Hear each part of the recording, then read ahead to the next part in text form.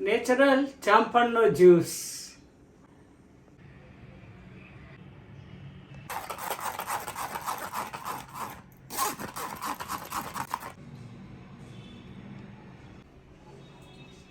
Hello you me and રસોઈ મારી cooking ચેનલમાં વેલકમ. હું સુષ્મા, નેચરોથેરાપિસ્ટ. મારા હસબન્ડ ડૉક્ટર અનિલ. આજે આપણે બનાવીશું જામફળનું જ્યુસ.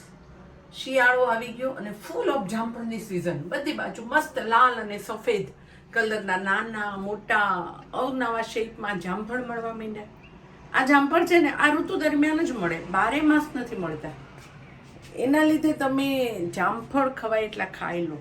બહુ હેલ્ધી છે, રેચક છે, ફાઈબરયુક્ત છે અને સાથે કેલરી બહુ ઓછી છે એમાં, અને વિટામિન સી અને કેલ્શિયમથી ભરપૂર છે.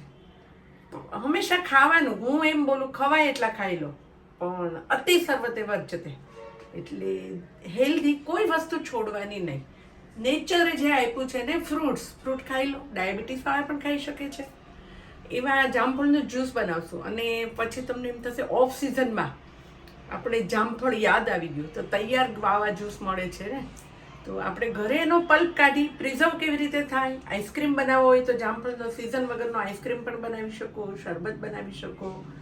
એના માટે જે વસ્તુ જોઈશે, જામફળ મારા લગભગ 500 થી 600 ગ્રામ જેટલા જામફળ છે. એકદમ પાકા જામફળ લેવાના છે એનો પલ્પ અને જ્યુસ બનાવવા માટે. અને એની સામે 500 થી 600 ગ્રામ જામફળ સામે 200 ગ્રામ ખાંડ, ચાટ મસાલો, સંચળ પાવડર, મીઠું, મરચું, લીંબુ, ફુદીનો. હું તમને પ્રોપર રીત બતાવીશ. સૌથી પહેલાં જામફળ છે ને એને આપણે કાપી નાખશું સરસ મજાના. આમાં છાલ ઉતારવાની કોઈ જરૂર નથી. છાલ એકદમ ગળેલી અને સરસ મસ્ત હોય છે. તમને ચાહે તો ઉતારી શકો, પણ એને આ રીતે કાપી નાખશું. એકદમ પિંકિશ વ્હાઈટ જામફળનો પણ કરી શકો.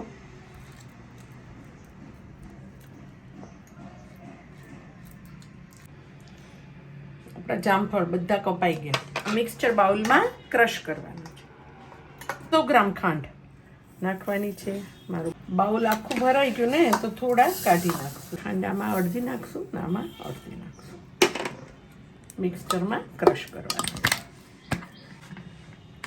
એટલે 2 વખત મિક્સચર કર્યું. જામફળના ટુકડા અને ખાંડ બંને જ વસ્તુ નાખવાની છે. આમાં કોઈ પાણી નાખવાનું નથી. આ રીતે મેં કાઢી લો. હવે આ પલ્પમાં છે ને, તમને સ્ટોર કરવું હોય અને ઓનલી જ્યુસ જ બનાવવું હોય તમારે ફ્યુચરમાં સ્ટોર કરીને, તો તમે આમાં લીંબુ પણ નાખી શકો છો. પણ આપણું ડિસાઈડ નથી, આપણને આઈસ્ક્રીમ પણ બનાવવો છે તો અત્યારે, એટલે આ સ્ટોરેજ કરવું હોય તો આમાં હમણાં લીંબુ નહીં નાખવાનું. આ પલ્પમાં ખાંડ અને જામફળના પીસ નાખ્યા, કોઈ પાણી નાખ્યું નથી. Pulp ready. અંદર બી પણ હોય એટલે આને સ્ટ્રેનરમાં નાખી દો. આ રીતે ગાળી નાખો.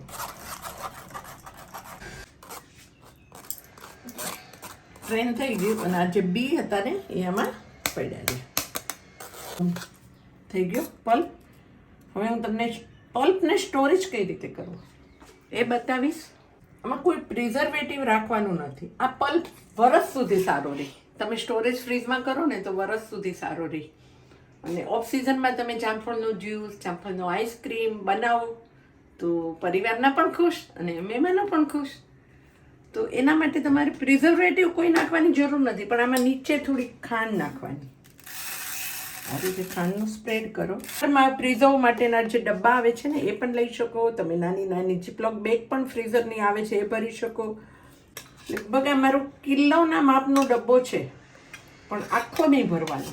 આખો ભરશો ને તો અંદર ઉપર પણ બરફ થશે એટલે છલકાઈ જશે. અને આને ટેપ કરવાનું આ રીતે, એટલે જે અંદર બબલ આવે, એર બબલ હોય ને એ નીકળી જાય. બાકી એમાં એર બબલ જો રહી જાય ને ફ્રીઝરમાં તો એમાં બરફના આઈસના ક્રિસ્ટલ જામી જશે. એટલે આને આ રીતે ટેપ કરો અને ફરી ઉપર પણ આ રીતે ખાંડને નાખો. આ રીતે એર ટાઈટ કરી દો અને તમે ફ્રીઝરમાં મૂકી શકો છો. અને આના પછી હું તમને બતાવીશ કે ફ્રોઝન જ્યુસ કેવી રીતે બનાવાય. જામફળનું જ્યુસ બનાવવા આપણે જે આ રીતે ફ્રોઝન મૂક્યું હોય ને, ફ્રોઝન કરેલું, જો ફ્રોઝન બનાવવો હોય તો પણ આની અંદરથી કરવાનું, અને ફ્રેશ કરવો હોય તો આ રીતે જ્યુસ કરો. અને એક ગ્લાસમાં અમારું 2 ટેબલસ્પૂનનું માપ છે. તો એક ગ્લાસ માટે ફ્રોઝન હોય તો તમારે ઠંડુ પાણી કે આઈસ ક્યુબ, ઠંડુ પાણી જ નાખવાનું, અને ફ્રેશ હોય તો આઈસ ક્યુબ પણ નાખવા પડશે. એટલે એક ગ્લાસ માટે તમે 2 ટેબલસ્પૂન માપ લો. અમારું 1 ટેબલસ્પૂનનું માપ છે. આપણે 2 ગ્લાસ બનાવશું. ફ્રોઝન હોય તો પણ આ રીતે કાઢવાનું છે. થોડું અડધી ટીસ્પૂન સંચળ નાખો, અને 1 ટીસ્પૂન 1 ચમચી ચાટ મસાલો, 2 ચમચી લીંબુનો રસ. 2 ગ્લાસ છે ને એટલે 2 ચમચી લીંબુનો રસ. 5 થી 6 ફુદીનાના પત્તા, બહુ આ રીતે નાના નાના કાપીને. એના ફ્લેવર જ્યુસમાં બહુ ફાઇન લાગે. અને હેન્ડ બ્લેન્ડર ફેરવી દો. હેન્ડલ 1 ગ્લાસ પાણી નાખો.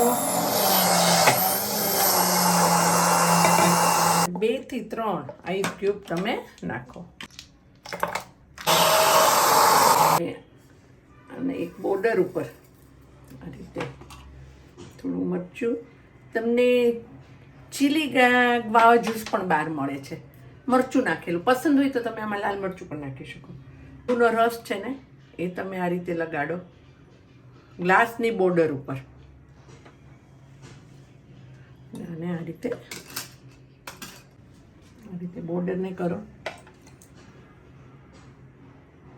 જો બાળકોને ખાવું હોય તો એકલું મીઠું સંચળ બી લગાડી શકાય.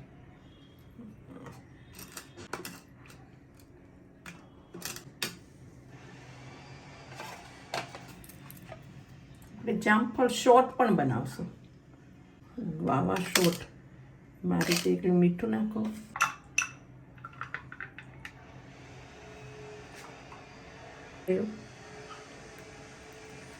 શોટ બનાવવા માટે તમારા પલ્પ છે ને એ જ આમાં નાખવાનો છે.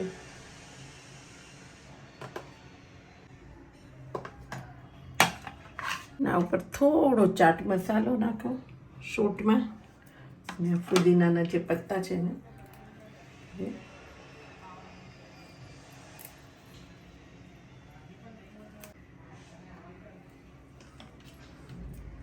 આપણું જામફળનો જ્યુસ અને જામફળ શોટ બંને રેડી. આ રીતે તમે વ્હાઈટ જામફળનો પણ બનાવી શકશો. ડૉક્ટર સાહેબ જોશો આપણો જામફળનો જ્યુસ અને જામફળ શોટ્સ. જામફળનો natural juice and shorts. Wow, thank you for watching my videos. અને જો તમને મારી રેસિપીસ ગમી ને તો જલ્દી લાઈક કરો, શેર કરો, અને તમારા ફ્રેન્ડ સાથે સબસ્ક્રાઈબ પણ કરી દો. નવી રેસિપી સાથે મિલતે હે બ્રેક કે બાદ.